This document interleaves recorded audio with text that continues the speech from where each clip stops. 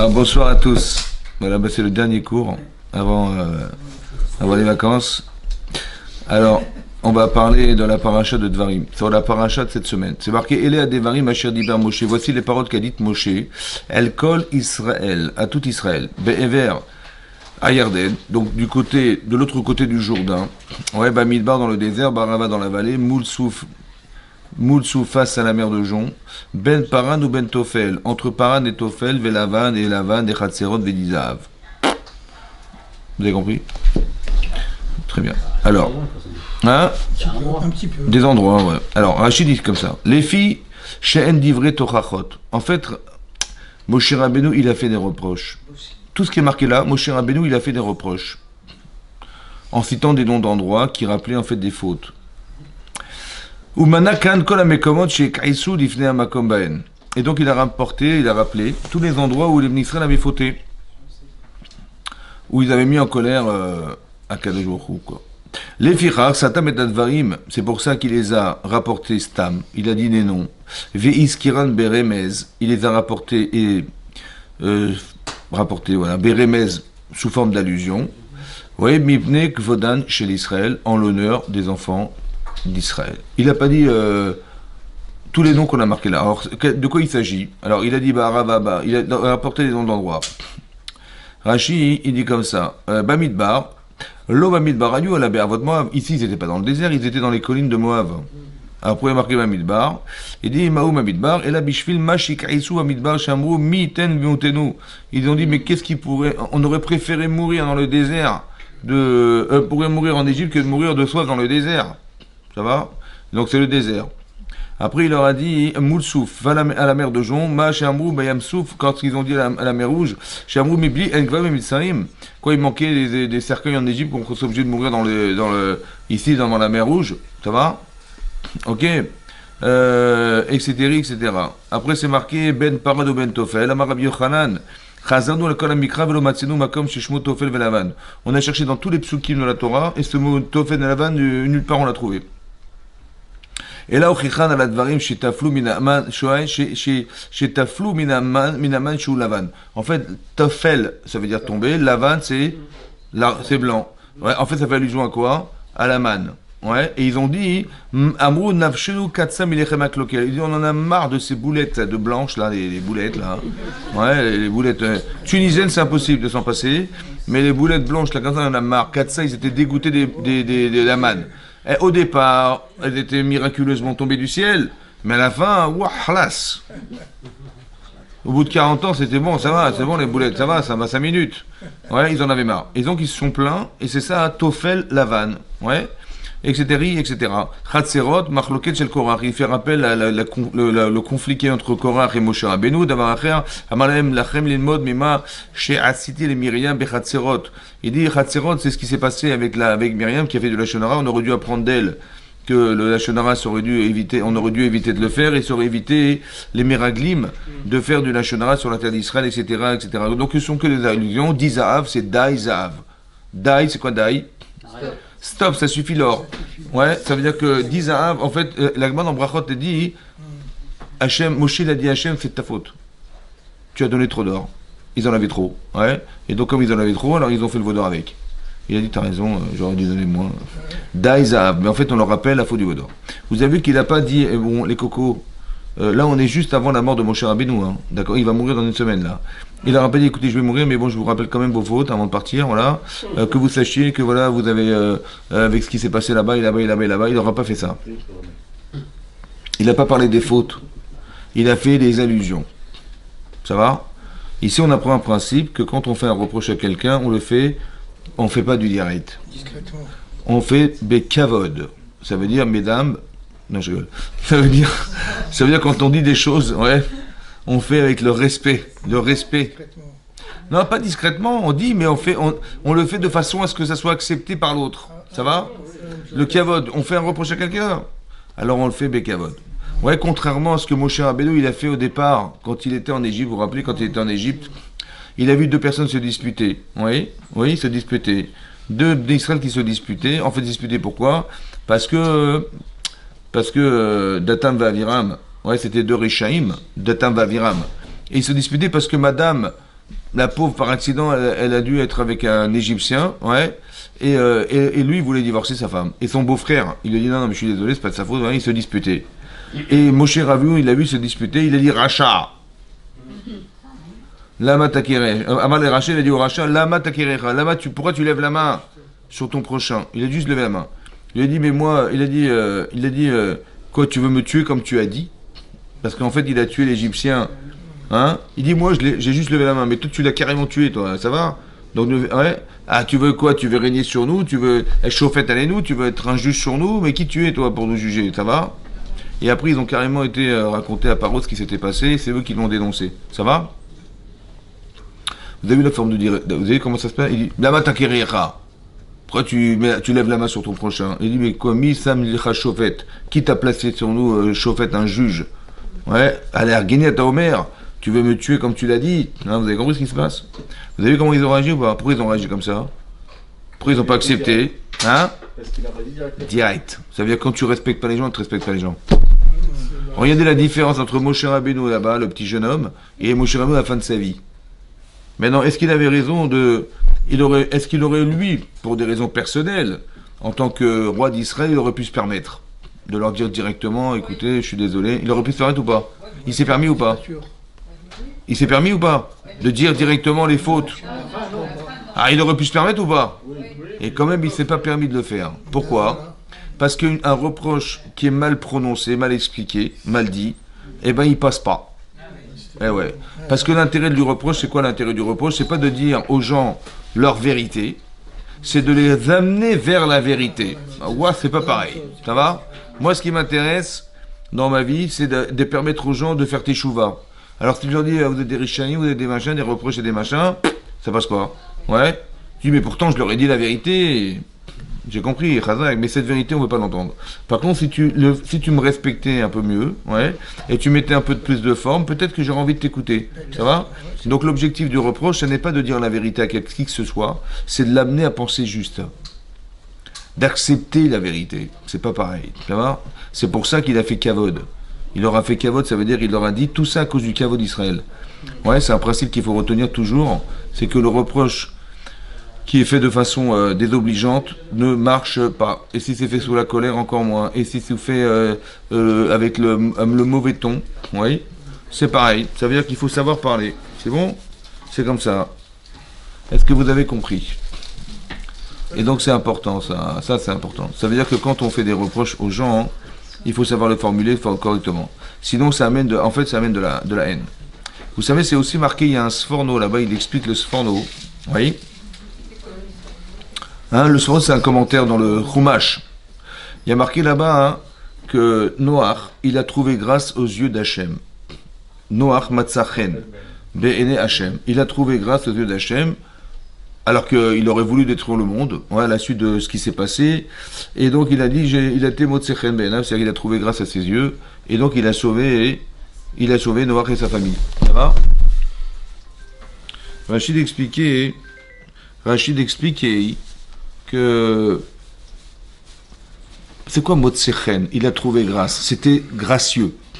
Gracieux, ça veut dire que Rachid, le soir, il explique en fait que Hachem, il aurait voulu sauver que Noach tout seul. Pas ses enfants, ni sa femme, ni personne. Que lui. Mais il était motzechen. Ça veut dire gracieusement, il a sauvé lui et ses enfants, et sa femme et ses enfants. Ça va? Pourquoi? Alors il explique comme ça. Parce que Noach, il était comme Yov. Il était comme Yov. Il était comme Daniel. Qu'il a appris la Torah, mais il n'a pas enseigné la Torah. Il a appris la Torah, mais il n'a pas enseigné la Torah. Et il expliquait là-bas, hein, il dit que quoi? Comment il s'appelle? Que Avram Avinu, il a appris la Torah, mais il a enseigné.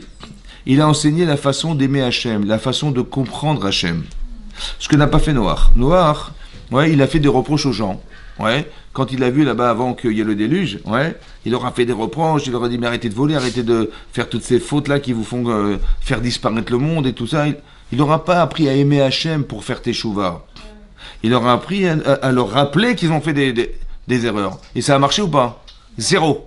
Il n'y a pas quelqu'un qui est rentré, pas un taré qui est rentré dans l'arche de Noé pour dire ah ben, il a peut-être raison, hein, il devrait peut-être Il n'y a pas un qui est rentré, un fou curieux qui a dit peut-être qu'il a raison, c'est pas. Zéro. Pourquoi? Parce que si tu n'apprends pas à aimer, ou tu n'as pas à reconnaître qu'Hachem existe, alors il n'y a pas de contraste. Il n'y a pas de teshuva possible. On ne peut pas avoir honte d'avoir été reproché. On peut avoir honte d'avoir été mal. Mais pour être mal, il faut être bien. Alors peut-être tu devrais m'apprendre à être bien pour que j'ai honte d'être mal. J'ai pas besoin de toi en vérité, j'ai besoin de tout seul. Je comprends que quand tu m'apprends à être une bonne personne, alors je me sens contredit par moi-même lorsque je fais n'importe quoi de ma vie. Vous avez compris? J'ai pas besoin de rapporter aux gens ce qu'ils doivent faire ou de ce qu'ils ne doivent pas faire. Vous avez compris? C'est pareil. Vous savez, c'est marqué la Gemara, il y a une Gemara dans Yuma Daf Pebet. Là-bas, elle dit là-bas la Gemara hein, que le jour de Kippour, oui, alors on doit jeûner. C'est une mitzvah de jeûner. Maintenant, il y a une mitzvah d'éduquer nos enfants à leur apprendre à jeûner. Alors, si une fille, elle va avoir 12 ans, à partir de 11 ans, on lui apprend à jeûner. Et si comment vous dire, un garçon qui a bientôt 13 ans, à 12 ans, on lui apprend à jeûner. Ça va? Ça veut dire qu'on le prépare à l'idée, ou alors à la possibilité qu'il aura un jour de jeûner vraiment minatora. Parce que lorsqu'elle aura 12 ans, mademoiselle, et lorsqu'il aura 13 ans, monsieur, eh ben, il va falloir qu'il jeûne, minatora. Alors on lui a... Chinour, ça veut dire d'éduquer les gens à pouvoir accéder à cette possibilité de pouvoir jeûner le jour de Kippour. Demande Tosfot, et un Tosfot Yeshenim là-bas qui demande la question suivante. C'est marqué dans la Gemara hein, que si on voit un enfant qui mange des aliments qui ne sont pas cachers, des névélotes ou tréfotes, c'est-à-dire il mange des animaux qui n'ont pas été cachers ou cachérisés, oui, En beddin metsuvim la fricho. Le tribunal n'a pas l'obligation de les empêcher de manger. Voilà ce qui a marqué. Ça va? Que le beddin, le tribunal, quand il voit un enfant ne pas manger cachère, il n'a pas l'obligation de lui dire stop. Alors demande Tosfot, il dit mais si déjà on a une mitzvah d'apprendre à un enfant à jeûner, alors a fortiori de l'empêcher de manger non cachère, a fortiori non. Non, a fortiori, oui, de faire une mitzvah à quelqu'un, c'est moins important que de l'empêcher de faire une avéra. Donc il aurait dû faire que si déjà on a une mitzvah d'éduquer nos enfants à manger, à faire des mitzvot, a fortiori de les empêcher de faire des fautes et des avérotes. Répond Tosfot, le Rabbi Eliezer Mimetz, Rabbi Eliezer Mimetz, c'est un rishon, c'est-à-dire quelqu'un qui a vécu à l'époque des Tosfot au Moyen-Âge. Il a dit la chose suivante, il habitait à Metz, ouais. Il habitait à Metz. Rabbi Eliezer Mimetz, il habitait à Metz, parce qu'il y avait des balais Tosfot en France, ouais. C'est pour ça que non mais c'est vrai. Il habitait à Metz. Oui. Il habitait à Metz, c'est pour ça que c'est assourd de passer Pesach à Metz. La synagogue est belle. Non, il paraît qu'elle est très belle. Mais non. Hein? Passer Pesach à Metz. Mais non. Mais par contre, Chizkou vient à Metz, les Vafrem. Ça c'est important de se renforcer à Metz. Mais non. Ce que je voulais dire par là, c'est comme ça. Il a dit comme ça. Comment il a répondu le Rav de Metz, le Rabbi Eliezer de Metz? Il a dit comme ça. Il n'y a pas de mitzvah d'éduquer nos enfants à leur rappeler que c'est assourd. C'est assourd de dire ça, c'est assourd de faire comme ça, c'est assourd de parler comme ça, c'est interdit de faire comme ça, de faire comme ça. Il n'y a pas de mitzvah trinouch là-dedans. Est-ce que c'est clarinette? Il n'y a pas de mitzvah d'éduquer les enfants à leur rappeler ce qu'il ne faut pas faire. La mitzvah, c'est de leur apprendre à savoir faire. Il dit là-bas, le Beddin n'a pas l'obligation. Ouais. Donc là-bas, l'obligation. Non, je fais le bruitage parce que. Non. Ça va? Et donc je disais. Ah, c'est bon, c'est obligé. C'est bon, il nous a un peu plus vieilli, votre Hachem. Alors, je disais simplement qu'il n'y a pas de mitzvah de rappeler aux gens ce qu'ils ne savent pas faire. J'ai pas de mitzvah de dire à un enfant, je dois lui apprendre à faire des choses bien, et par corollaire, il va apprendre à ne pas faire. Vous avez compris ou pas?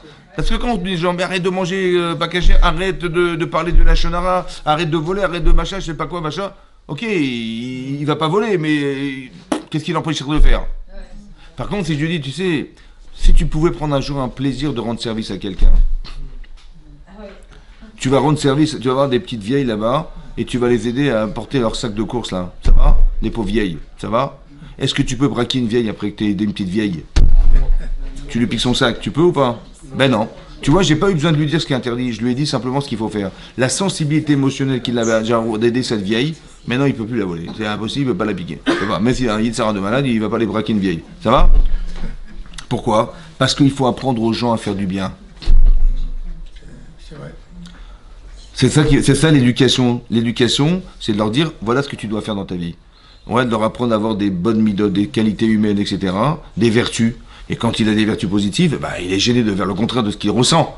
Ouais, on te demande d'être reconnaissant vis-à-vis de tes parents, vis-à-vis de ton prochain. Tu es reconnaissant, bah, tu peux pas voler quelqu'un sur qui tu dois reconnaissance. Vous comprenez ou pas? J'ai pas de dire, tu sais, il faut pas voler. Hein. Ah ouais, d'accord. Il faut pas non plus. Parce que de pas voler, je sais ce que je peux pas faire. Mais je sais pas en vérité ce que je peux faire.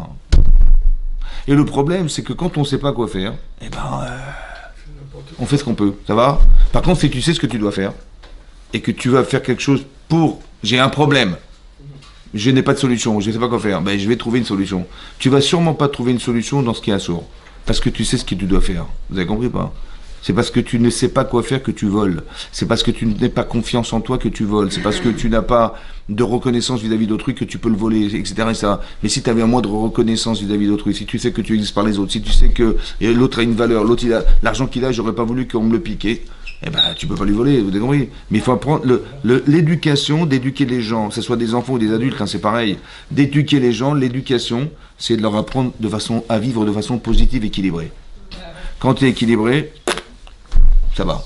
Parce que le déséquilibre, c'est qui l'organise? C'est les Yetzer Arafat. Ouais, c'est lui qui l'organise. Ouais. Ben oui, c'est sûr. Ouais.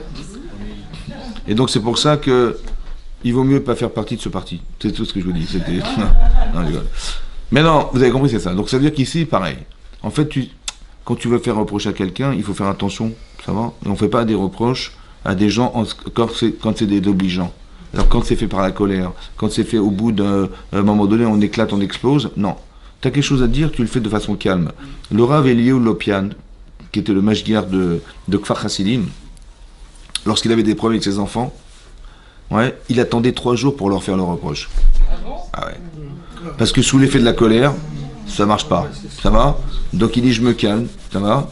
Il allait prendre une douche, tu vois, et après il leur disait voilà. Parce que en fait, sous l'effet de la colère, sur l'instantané, il y a des gens qui sont nerveux. Ils supportent pas machin, c'est nerveux. Et sous l'effet de la colère, ça passe pas.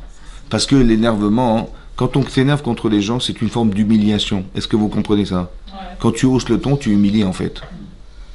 Bah oui. C'est sûr, hein, parce que quand tu hausses le ton, genre je suis sourd, voilà, je sais pas entendre, il faut que tu cries parce que... Ou alors je suis tellement bête, il faut que tu cries parce que sinon je comprends rien. Et à part ça, c'est inefficace. Parce que quand tu fais honte aux gens, ben... J'ai jamais vu quelqu'un qui a reçu une baffe, il a dit ouais, t'as raison, ouais, c'est vrai. Non, c'est vrai. Non, mais c'est vrai, ça marche pas, d'accord? C'est pour ça qu'il faut faire ça. Pourquoi je vous dis ça? Parce qu'en fait... On va vivre une période qui est un peu difficile, qui s'appelle Tisha B'Av, le 9 du mois de Av. Ouais, le 9 du mois de Av, il y a eu 5 événements tragiques qui sont passés pendant cette période, 5 événements tragiques. Le premier événement, qui est marqué dans la Gemara dans Tani Daf Kaf Alef, c'est d'expliquer que lorsqu'on a dû rentrer en Eretz Israël, oui, à l'époque, on était dans le désert, ça faisait déjà 1 année qu'on était dans le désert, on est sorti d'Égypte, et au bout d'1 année, on avait la mitzvah de rentrer en Israël. Qu'est-ce qu'on a fait? On a envoyé des explorateurs qui ont été explorer la terre. Ils sont revenus, ils ont dit la terre elle est magnifique. Hein. Alors Hachem, voilà les fruits qu'on a rapportés, extraordinaires, des fruits énormes. Ils ont amené une grappe de raisin à 8. Ça va? Moi, la grappe de raisin, je l'ai mis dans un sac avec mes petits doigts, là, j'ai fait comme ça. Ils étaient 8 à la portée, tellement elle était lourde. Mais non, je parlais pas de leur femme, hein, je parlais de la grappe de raisin. Non, elle était lourde. Mais non, non, je rigole. Non, parce qu'elle voulait des vagues. Alors, et donc il a porté. Maintenant, pour ça, quand on va dans le désert, il faut toujours avoir une gourde près de soi.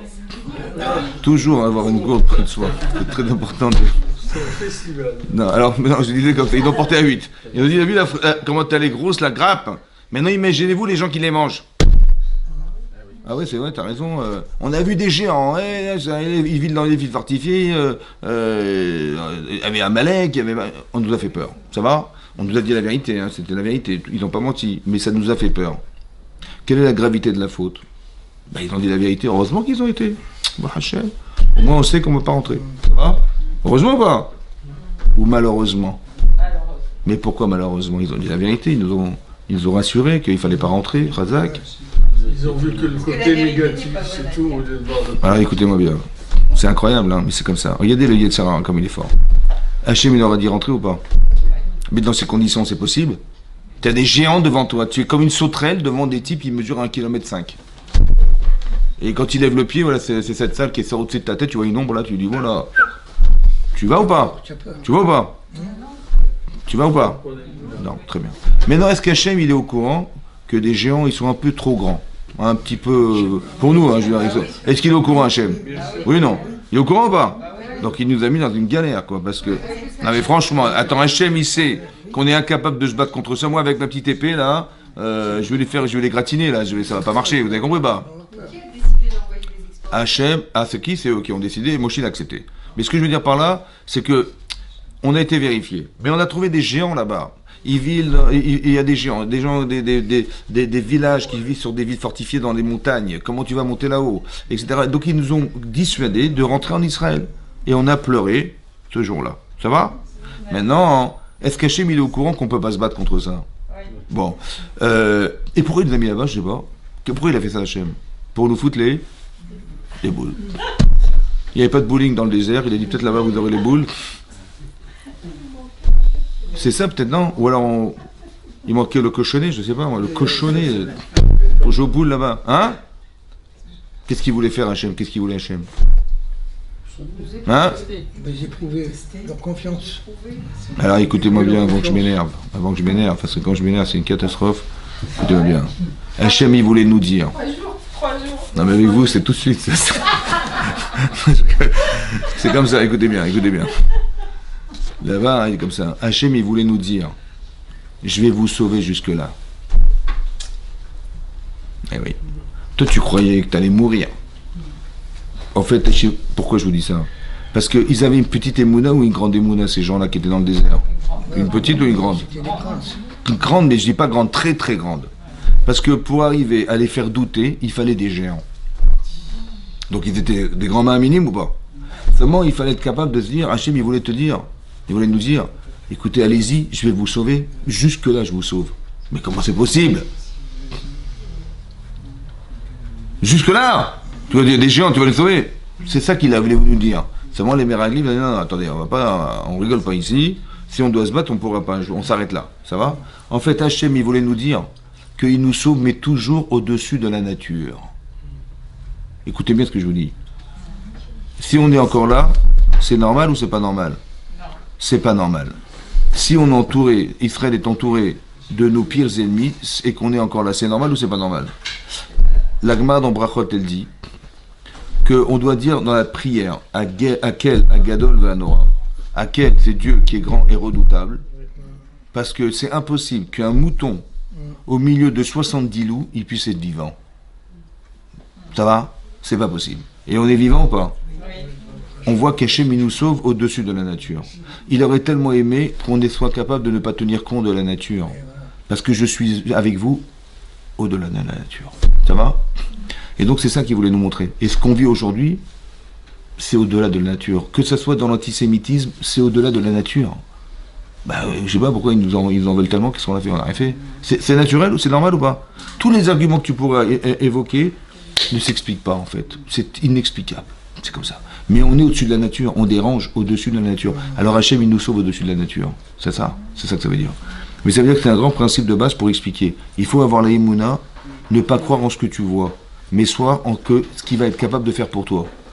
Tu dis, mais c'est pas possible. Des géants, comment faire? Dommage qu'on a pleuré. Dommage qu'on ait pleuré parce qu'on n'a pas cru en Hachem. Ça veut dire quoi, Hachem? L'épreuve est énorme, hein. Mais il fallait croire jusque-là, il fallait croire. Eux, ils étaient capables de croire jusque-là. Il fallait croire jusque-là. On a pleuré ce jour-là. Ce jour est devenu, Laïlaou, cette nuit-là, est devenue une date tragique. Et elle va se répéter. À chaque fois, il y a eu des catastrophes, le temps premier, deuxième temps, etc. Tournus Rufus, etc. Il a rasé Yerushalayim, etc. Voilà ce qu'on a eu. Voilà, vous avez compris, c'est ça. Mais en fait, c'est tombé tout le temps dans cette date-là. Les pogroms qu'il y a eu, si vous voulez, l'exil des Juifs d'Espagne, c'était en le 9 Av. De Londres, c'était le 9 Av. Les premiers camps de concentration, c'était le 9 Av. Tout ça, c'est le 9 Av. Toujours cette date-là, le 9 Av. Et pourquoi c'est resté une date cristallisée dans l'histoire qui restera à jamais comme ça. Voilà. Voilà ce qui est marqué là-bas. Ouais. Maintenant, pourquoi je vous dis ça? Parce que on va se préparer à ce jour. Il faut se préparer à ce jour-là. Ouais. Etc. Donc il faut être en capacité de pouvoir mieux comprendre ce qui s'est passé. Et c'est ça. Maintenant, c'est marqué dans la Gemara dans Nedarim d'Af PLF. La Gemara dit là-bas, qu'à l'époque du premier temple, qui a été détruit, le premier temple, ils ont dit, ils ne comprenaient pas, les chachamim, les sages, et les nivim, les prophètes, comment ça se fait que Hachem, il a détruit le temple. Ça va?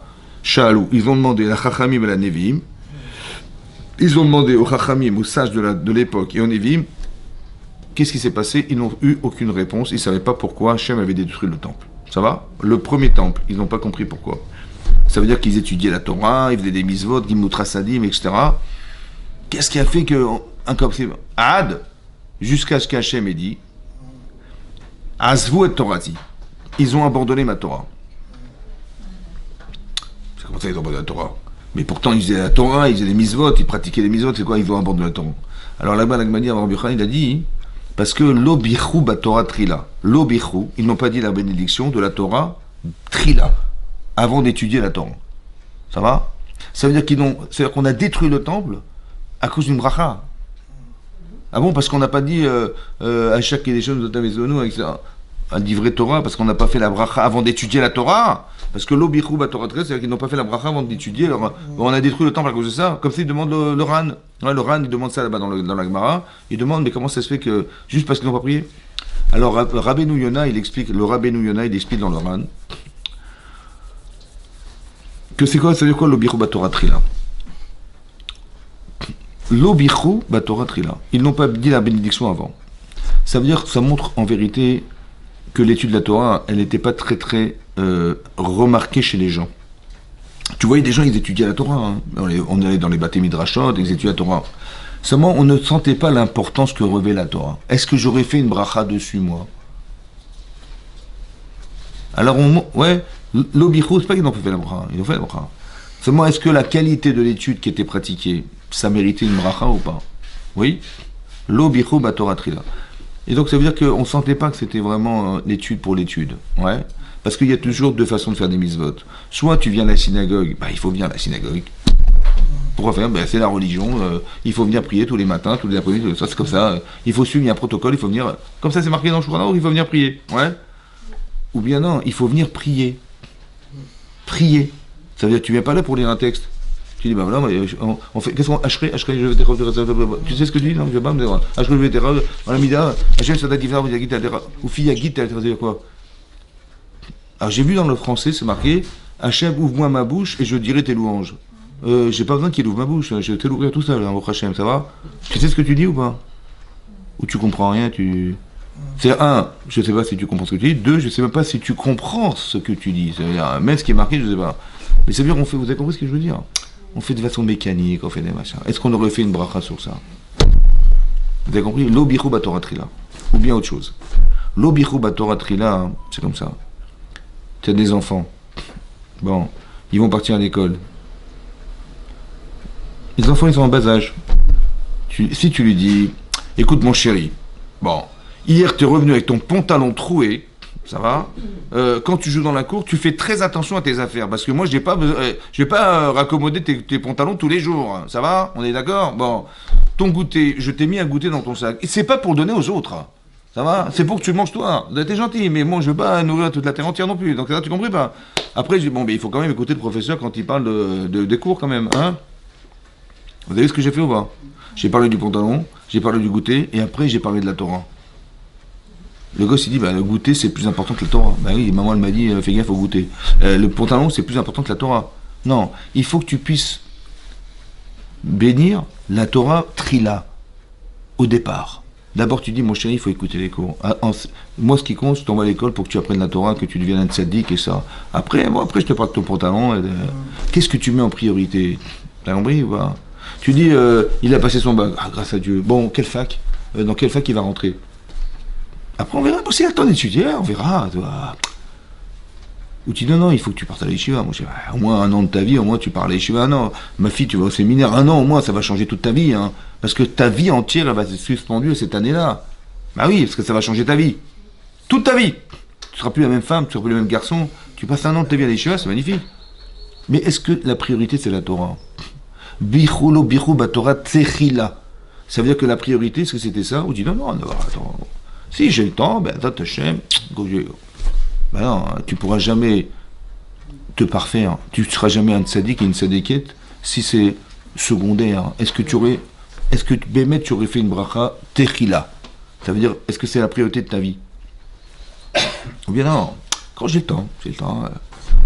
Il faut juste réfléchir, mais pourquoi on est venu sur Terre? Je veux dire, si c'est pour accumuler des vêtements dans une armoire, moi c'est Khatakouba lourd. Ou alors remplir des comptes en banque. Je suis bien, moi, il n'y a pas de problème. Mais est-ce que sincèrement vous pensez qu'on est venu pour ça? Non, franchement.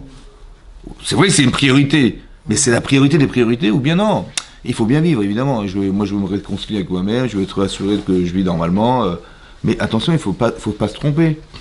L'obichou batora trila, ça veut dire qu'ils n'auraient pas mis la Torah en priorité. C'était secondaire. C'était la deuxième chose à faire. C'est ça le Chorban Habayit. On a détruit parce qu'on n'a pas mis une priorité dans sa vie. C'est ça la destruction du temple. Vous avez compris ou pas? J'ai pas mis Hachem en avant, j'ai eu peur pour moi. Bah oui, j'ai vu les géants. Bah j'ai dit, on va pas y arriver. Je dis, mais pourquoi tu mets pas Hachem en avant? Il t'arrive des galères dans ta vie. T'as rien fait pour ça. T'as rien fait pour ça. Accepte. Quand tu subis des choses dans ta vie, elles ont été réfléchies ou pas? Allô? Elles ont été réfléchies ou pas? Par Hachem. Et bah toi tu dis, bah c'est quoi cette galère? C'est quoi ce truc? Je comprends pas, j'arrive jamais, ça a été pensé ou pas? Donc Hachem, qu'est-ce qu'il voulait Hachem? Tu acceptes ce qui t'arrive. Tu es des fois obligé de passer par cette étape dans ta vie, parce que cette forme de souffrance, elle t'a permis d'avoir un repère. Elle t'a permis d'avoir de l'humilité. Elle va t'aider dans ton futur proche. Accepte. Sois sa mère de ce que tu vis. Parce que ça a été pensé par Hachem. Dis pas, ouais, c'est quoi cette galère, c'est quoi ce machin? En fait, c'est quoi cette galère? Mais t'as rien fait pour ça. Donc c'est Dieu qui t'a prévu alors? Mais donc il a voulu que tu galères, quoi. Ou non. Accepte. Accepte, c'est quoi accepter? Bah, ça m'a sensibilisé quelque part. Peut-être ça m'a servi à faire tchouva. Peut-être ça va me servir plus tard à être sensible aux besoins des autres. Je sais pas, moi. Mais accepte-le. Dis, ben non, attendez, ne me parle pas de ce qui fâche. Ça va, j'ai galéré, ne me rappelle pas ce que... Ben, ne me rappelle pas ce que il s'est gouré, quoi. C'est un cauchemar, quoi. Non, c'est pas comme ça que ça se réfléchit. Ça va? Il faut savoir que quelque part, ça doit se réfléchir comme quelque chose que j'accepte dans ma vie. Je suis saméar de savoir ce qui m'est arrivé et je ne remets pas en cause mon présent. C'est ça. Et ça reconstruit les choses. Ça reconstruit les choses. C'est marqué dans la Gemara dans Nedarim Daf Peh Aleph qu'ils n'ont pas su. Comment ça, ils n'ont pas su? Ils n'ont pas su, mais ils ont bien vu que les gens étudiaient la Torah, ils n'ont pas fait. Ouais, ils n'ont pas su. Comment ça, ils n'ont pas su? Mais la Gemara dans Yuma Daf Tet, elle dit que le premier temple a été détruit à cause d'Avodazara. Ils étaient idolâtres, carrément, les types. Idolâtres, ils faisaient Avodazara. Gilo Yariot, il y avait de l'adultère. Et Shvichut Damim, il y avait des crimes. Ils ont dit, on a vérifié, on n'a rien trouvé. Jusqu'à ce que Dieu, il nous a dit, vous savez, il fallait bénir la Torah avant. Mais comment ça, ils n'ont pas vu? Mais c'était évidemment que c'était comme ça. L'Agma dans Yuma, elle contredit l'Agma dans Nedarim Daf Peh Aleph. L'Agma dans Yuma, elle dit qu'il y a eu 3 vérotes essentiellement qui ont organisé la destruction du temple. Et l'autre, ils ont dit, non, on a demandé au Chachamim, au Nevi, mais machin, on n'a pas su pourquoi. Comment ça se voyait pas? Je comprends pas. Mais il y a marqué clairement qu'ils faisaient Avodazara. Ils étaient idolâtres, il y avait des idoles. Il y avait des, comment vous dire, il y avait des crimes, il y avait de l'adultère. C'est pas possible qu'ils n'aient pas vu. On a cherché partout, on n'a pas compris. Comment ça, t'as pas compris? Ça va? C'est contradictoire. Le Rav Yitzhak Blazer, il explique un Yisod, il dit comme ça. Il y a une Gemara dans Sota Daf Kaf Aleph. La Gemara dit là-bas que quand on fait des mitzvot, il y a une marloquette de savoir que quand on fait des mitzvot, c'est magen et c'est matzil. En hébreu, ça veut dire magen, ça protège, et matzil, ça sauve. Quand tu fais une mitzvah. Juste savoir, est-ce que c'est au moment où je fais la mitzvah que ça sauve et ça protège, ou bien c'est même après? Marloquette, une discussion dans la Gemara. Ça va? Tu fais une mitzvah, est-ce que ça va te protéger ou ça te protège sur l'instant T où tu fais la mitzvah? Marloquette. C'est quoi magen? Magen, c'est pas les femmes qui portent des... Non, c'est pas ça. Non, parce qu'on pourrait se tromper. Non, c'est pas ça. Magen Abraham non plus, c'est pas ça, il n'avait pas de... Magen, c'est protéger des souffrances. Et Matzil, ça sauve du Yetzer Hara. Ça bouillonne dedans. Waouh. Tu es tué à Torah, ça te sauve du Yetzer Hara. Ça va? D'un côté, c'est logique, parce que quand tu es tué à Torah, tu es éclairé tu sais quoi faire. Donc qu'est-ce qu'il va te dire Yitzhara? Il va te dire le contraire, c'est pas possible. Ça va? Donc tu es protégé du mauvais penchant, et à la fois ça te protège parce que quand tu fais des misotes, bah Hachem il veut te dire des cours. Ça va? Très bien. Il dit comment ça se fait qu'ils n'ont pas vu? Parce que ça pouvait pas, on se voyait pas, ça se voyait pas. On voyait des gens étudier la Torah. Ouais. Oui. Donc ils étudiaient la Torah. C'est ça qui est marqué dans la Gemara. Qu'ils n'ont pas compris. Ça veut dire qu'ils étudiaient la Torah. Ah, ils étudiaient la Torah. Alors comment ça se fait que ça ne les a pas protégés de faire un vodazara? Ça ne les a pas protégés de faire de l'adultère. Ça ne les a pas protégés de provoquer des crimes. Ah, mais ils n'ont pas trouvé. C'était quoi la question des Chachamim? Il dit, bien sûr qu'on savait qu'il y avait des crimes. Mais on n'a juste pas compris comment ça se fait qu'on les voyait étudier tous les jours et cette Torah ne les a pas aidés. Comment ça se fait? C'est ça la question que les Chachamim ont posée. Tu étudies la Torah et des fois ça te dessert, ça t'aide pas. Comment c'est possible? Tu fais des mitzvot et des fois ça t'aide pas. Comment c'est possible? Il dit c'est ça qui est marqué Lo bichou Torah trila. Ils n'ont pas donné d'importance à la Torah.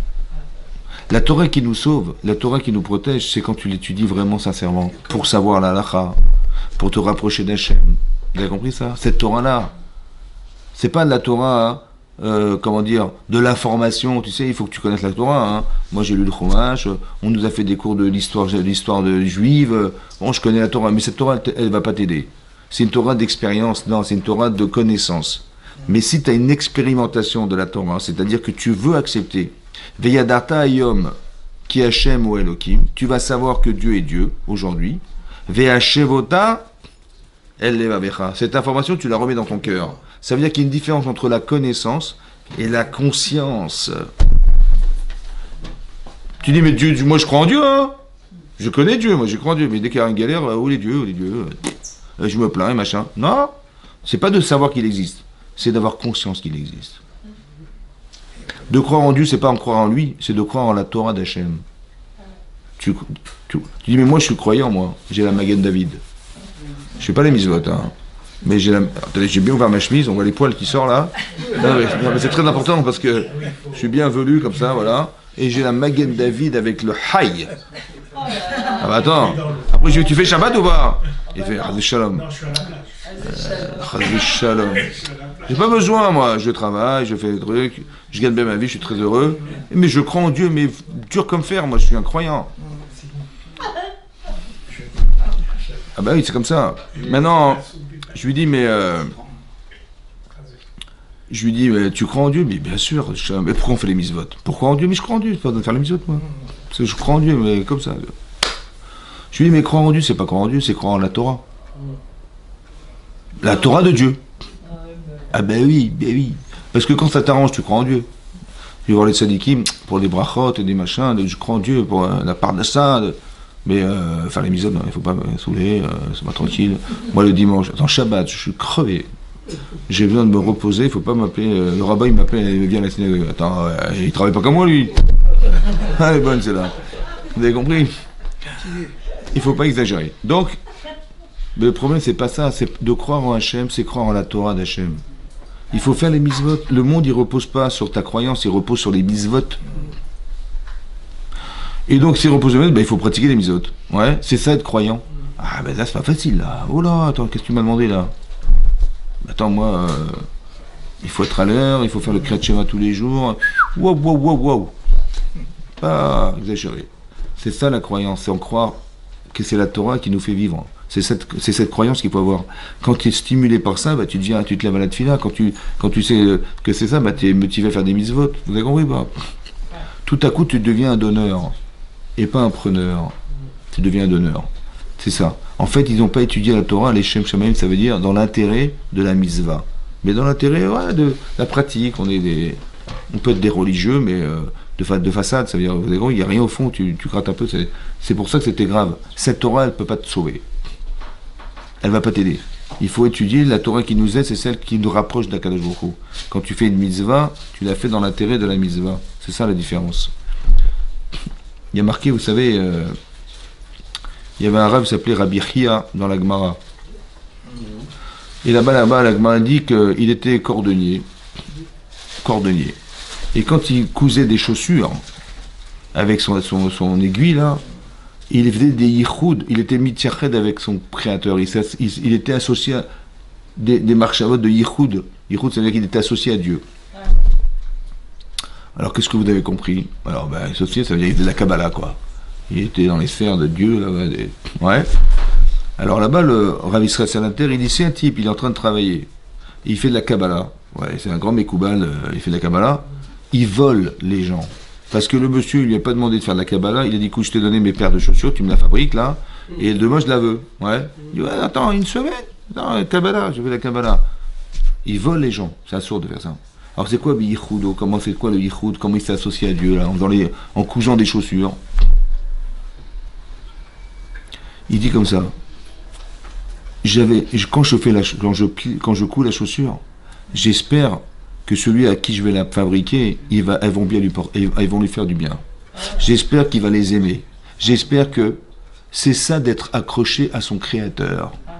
Parce que Hachem, quand il a créé le monde, il a fait avec plaisir. Eh bien, j'ai envie de ressembler à ça, moi aussi.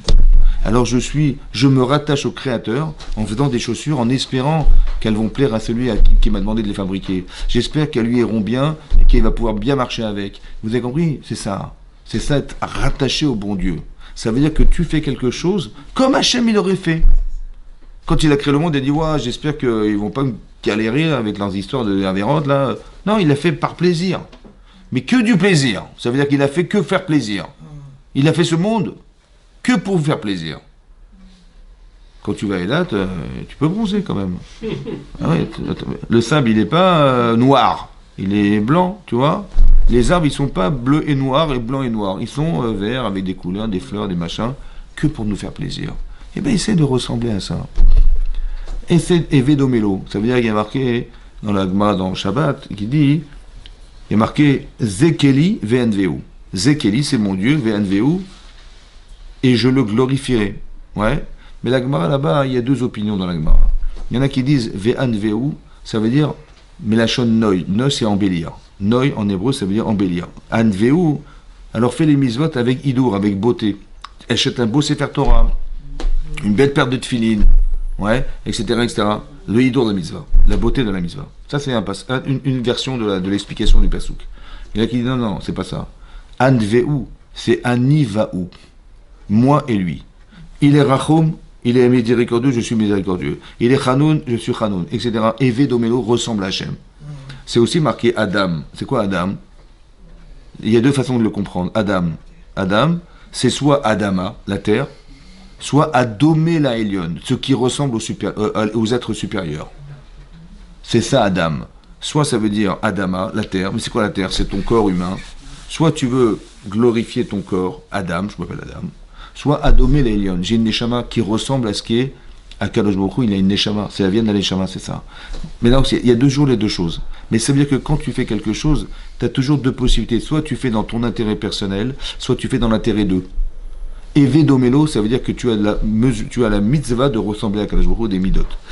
Vous avez compris? C'est ça qui est marqué aussi. Il y a un midrash qui dit que Rabbi Shimon ben Shetach, un jour, il a trouvé une brebis abandonnée. Ouais. Bon, il n'y avait aucun signe, il n'y avait pas de nom, il n'y avait pas de numéro, il n'y avait rien du tout. Donc personne ne pouvait la réclamer. Parce que tu ne peux pas rendre à quelqu'un quelque chose qu'il ne peut pas réclamer. Et il dit, bon, je vais la garder. Bon, il l'a gardée. Et au bout de quelques années, il y a un arabe, il est venu le voir. Il a dit, dites-moi, Rav, vous n'auriez pas trouvé un jour une brebis ici égarée là? Il dit, bien sûr. Il dit, ah bon? Ouais. Et voilà, la voilà, c'est celle-là. Et voilà tout ce que j'ai réussi, parce que je l'ai évidemment accouplé, hein, évidemment. Voilà, tout le cheptel qu'elle a, c'est à toi. Il n'avait aucune obligation de lui rendre cette brebis, et à fortiori, le cheptel qui va avec, à fortiori. Il a dit, prends ça et prends ça, les deux. Et qu'est-ce qu'il a répondu? Il a dit, Baruch Eloké Rabbi Shimon ben Shetach. Il dit que soit béni le Dieu de Rabbi Shimon ben Shetach. Qui a un rapport avec Dieu. Merci, monsieur Rabbi Shimon ben Shetach. Il a dit, merci le Dieu. Pourquoi? Parce qu'il a vu à travers lui ce qu'Hachem il est capable de faire. Parce que le tzaddik, il essaie de ressembler à Hachem. Et quand il a fait ça, c'est pas normal ce qu'il a fait. Comme Hachem, il fait des choses au-delà des normes. Alors si tu fais au-delà des normes, tu ressembles à Hachem. Il a dit, quand il a vu ça, il a dit, merci Dieu. Et à travers lui, il a vu Hachem. Vous avez compris ou pas? C'est pour ça que nous, dans la prière, on dit, Éloqué Avraham, Éloqué Yitzhak, Veloké. Il y a combien de dieux? Eloké, Abraham, Eloké, Yitzhak, Veloké. Le Dieu d'Abraham, le Dieu d'Israël, Jacob. Mais non, le Dieu, virgule, ou en facteur commun, Abraham, Yitzhak, Jacob. Et c'est comme ça qu'on dit? Oui, non. On ne dit pas Eloké, Abraham, Yitzhak, Jacob. On dit Eloké, Abraham, Eloké, Yitzhak, Eloké, Jacob. Il y a combien de dieux? Il y en a un seul. Alors pourquoi on dit le Dieu d'Abraham, Yitzhak, Jacob? On ne dit pas en facteur commun le Dieu, facteur commun d'Abraham, Yitzhak, Jacob. Et c'est comme ça, c'est la religion. Il ne faut pas toujours poser des questions. Vous savez comment on a vu, comment Abraham il a développé l'hospitalité, le chesed et tout ça. D'où il a inventé ça, lui. Parce qu'il a vu d'Hachem. Comment Hachem il a créé ce monde-là? Mais combien de chesed? Quand on était dans l'arche de Noé, Hachem il a dit à Noach et à sa famille, vous allez nourrir des animaux pendant 1 an. Mais vous n'allez pas dormir de la nuit, hein, je vous rassure. Hein. Parce que les animaux, ils ont leurs heures. Hein, il faut leur trouver leur nourriture, machin. 1 an sans dormir pratiquement 1 quart d'heure par jour. C'était pas les vacances. Et Abraham, il a dit, mais je comprends pas. Mais pourquoi Hachem, il avait fait un truc pareil? Déjà, ils étaient miraculeusement entrés dans l'arche de Noé. Eh bien, qu'ils les nourrissent miraculeusement dans l'arche de Noé. Pourquoi il a demandé à Noach, de faire autant d'efforts?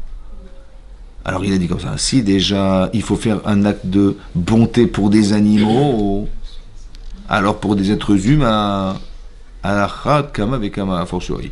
Ça va? Et de là il a compris, ben c'est comme ça qu'il faut faire. Dieu il veut qu'on fasse du chesed, voilà. Eloké Abraham, Eloké Yitzhak, Gibor. C'est quoi le Gibor? Ezéo Gibor, celui qui fait de la musculation. Il va dans les salles de sport, il fait.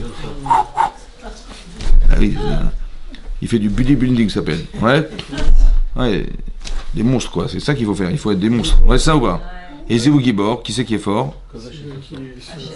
Celui qui se maîtrise. Ah oui. Celui qui retient son Yetzirah. T'as envie de t'énerver? Calmos, amigos. Ça va? Tu maîtrises ton Yetzirah. C'est important, ça. Mais donc, d'où il a su ça? Yitzhak, d'Hachem. Parce qu'on fait des avérantes, hein, je vous rassure. Hein. On n'est pas des gens, des enfants dociles. Il pourrait s'énerver quand même, le bon Dieu, quand même, non?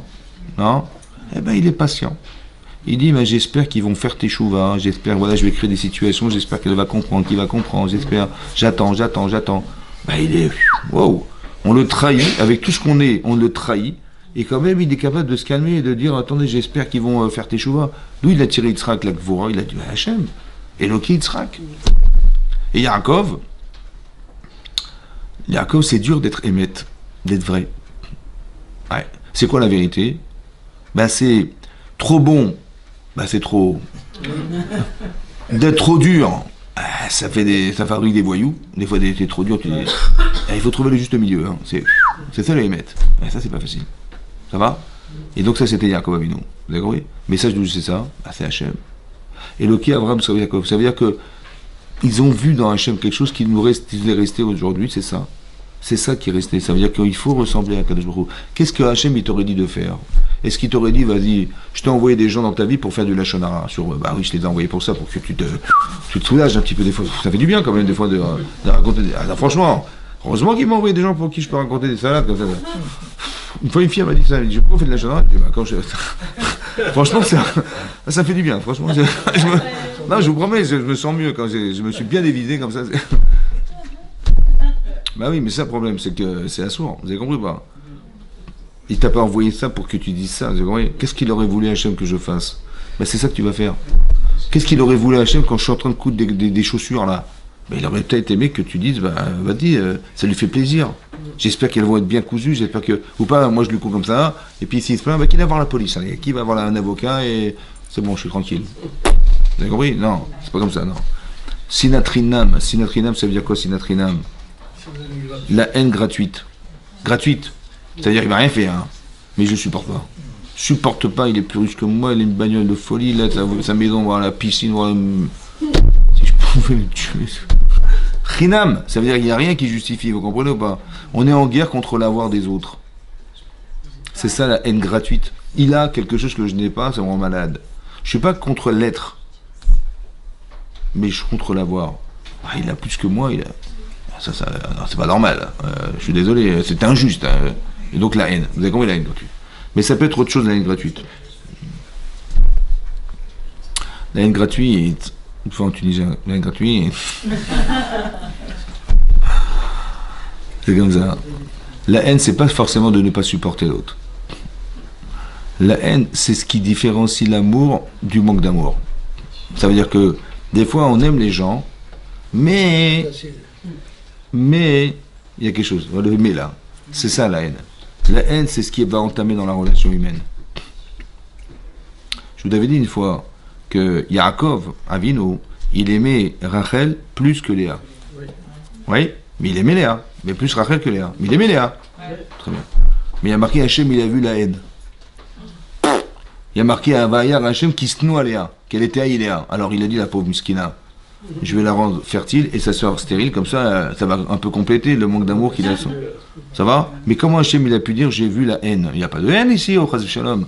Il aimait moi, ça veut pas dire qu'il a haïssé, il n'est pas la mort, hein, je vous rassure, c'est pas. Vous savez ce que c'est que la haine? C'est ce qui entame dans l'amour. Ça veut dire que l'inimitié, c'est de la haine. Comment ça se fait que tu lui parles pas? Comment ça se fait que tu fais la tête? Comment ça se fait ça? Non mais je l'aime beaucoup, hein, mais si je pouvais éviter, ça s'appelle la haine, ça. Ça veut dire que ce qui va organiser, écoutez-moi bien, le Yetzer Hara, il va s'amuser à trouver des éléments qui vont être décomposants de relations humaines. Ça s'appelle la haine, ça.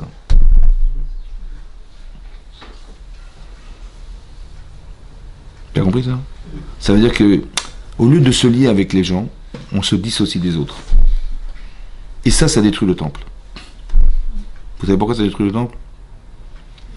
Est-ce qu'il peut y avoir un roi sans peuple?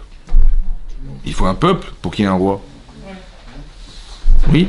S'il n'y a pas de peuple, il n'y a pas de roi, on est d'accord. Maintenant, si on ne se supporte pas, est-ce qu'il y a un peuple?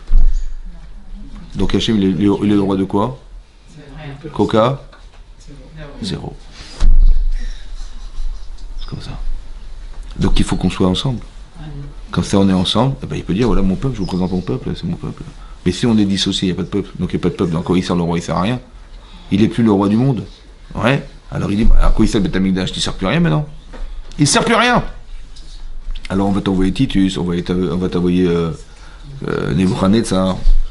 C'est pas le conflit qui a pu y avoir et qui justifie la destruction du temple qui est la raison. Jamais, ça c'est des circonstances économiques, politiques, ce que vous voulez.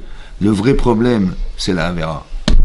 La Havera, c'est soit de faire physiquement des Haverotes, soit ça veut dire qu'on ne se supporte pas les uns les autres. Il y a un manque de kavod, il y a un manque de respect, il y a un manque de relationnel, il y a un manque de lien. Vous avez compris? Les différences, elles devraient nous souder, nous enrichir. Et malheureusement, elles nous appauvrissent, elles nous séparent. Vous avez compris? Vous avez compris ça? Quand on a des problèmes de couple, c'est pareil. Quand on a des problèmes avec les enfants, c'est pareil. Quand on a des problèmes avec les voisins, les machins. En fait, c'est l'objet du Yetzer, ça. C'est la faculté essentielle du Yetzer Hara de nous séparer. Du bon Dieu et des autres. Soit tu fais Avodah Zara, tu dis, moi j'ai pas besoin de lui, je vais trouver le mien. C'est bon, j'ai une petite statue là, c'est bon. En fait, on s'est dissocié. Il a piqué sa femme. Il a dissocié de sa femme. Il a piqué sa vie. Il a enlevé sa vie. Vous avez compris pas? Tout ce qui nous distend, tous les éléments qui vont justifier le fait que on se sépare, c'est Yetzer Arafat. Vous avez compris ça? Mais c'est comme ça. C'est ça. Parce qu'en vérité, on veut nous faire. Ça veut dire que au lieu de s'arranger avec ce qui nous sépare, ben, arrange-toi avec tu as avec ta femme. Essaie de discuter de ce qui nous sépare. Eh bien, au lieu de ça, on ne sépare. Mais non. Essaie de comprendre que les choses qui nous séparent, elles doivent se solutionner. Débarrasse-toi de ce qui nous sépare. La Shonara, c'est quoi? J'ai des raisons de ne pas le fréquenter. Débarrasse-toi de ce qui te sépare. Parce que c'est assourd. Mais c'est la vérité. Je suis désolé, la vérité. Mais cette vérité, on ne veut pas l'entendre. On voudrait peut-être entendre l'autre vérité, celle qui va corriger la personne, qui va aider la personne à changer. Non? Toi, tu es intelligent, toi, tu comprends tout, et tu te dis, mais ça c'est bête, j'ai compris, mais on ne te l'a pas montré pour que tu dis que c'est bête. On ne fait pas des constats dans la vie. Le constat, c'est dire, bah, tu vois, on va faire un constat, voilà, j'ai marqué, donc t'es bête, t'es machin, constat. Je m'en fous de ton constat, moi. Ça, c'est la chose, c'est la source. Mais c'est la vérité, j'ai vu, j'ai tout marqué, j'ai tout. C'est la vérité, il y avait des géants, il y avait des machins, des villes fortifiées, il y avait un Malek, tout est vrai. Mais si c'est pour me dire une vérité qui me sépare d'Hachem, j'ai pas besoin. Pas besoin. Tu me dis, mais Et pourtant, heureusement qu'on a été au Hachem. J'ai compris, mais si la finalité, c'est qu'on rentre pas en Israël, ben j'ai pas besoin de ça. Tu vois, t'as fait exactement le contraire. T'as joué le jeu du Yetzirah. Ça veut dire qu'il a gagné. C'est lui qui a gagné. T'as fait de la journée, il a gagné. Tu t'es séparé, il a gagné. Tu comprends? Les moindres conflits, il faut les enlever. Les moindres angoisses, il faut les balayer. Il dit, mais j'y arriverai jamais, machin. Je suis angoissé, machin. Il a gagné. Parce qu'il t'a détruit, en fait. Vous avez compris ou pas? Il a gagné parce qu'il t'a mis dans une situation inconfortable, entre guillemets, de savoir que tu n'es pas la personne adéquate, ou tu n'as pas les compétences, ou de bababababababa. Bah, au final, tu vas dire, ouais, je suis découragé, bah, j'ai compris, donc il a gagné, alors c'est ça qu'il a gagné. Il a gagné. Mais c'est pas ça qu'on voulait, on voulait que tu sois sûr de toi. Et juste que tu comprennes ce qui t'est arrivé. Quand je vous dis, il m'arrivait une galère, machin, je dis, ben, j'ai rien fait pour ça, ça m'est arrivé. Et ben, je dis, je suis Saméar.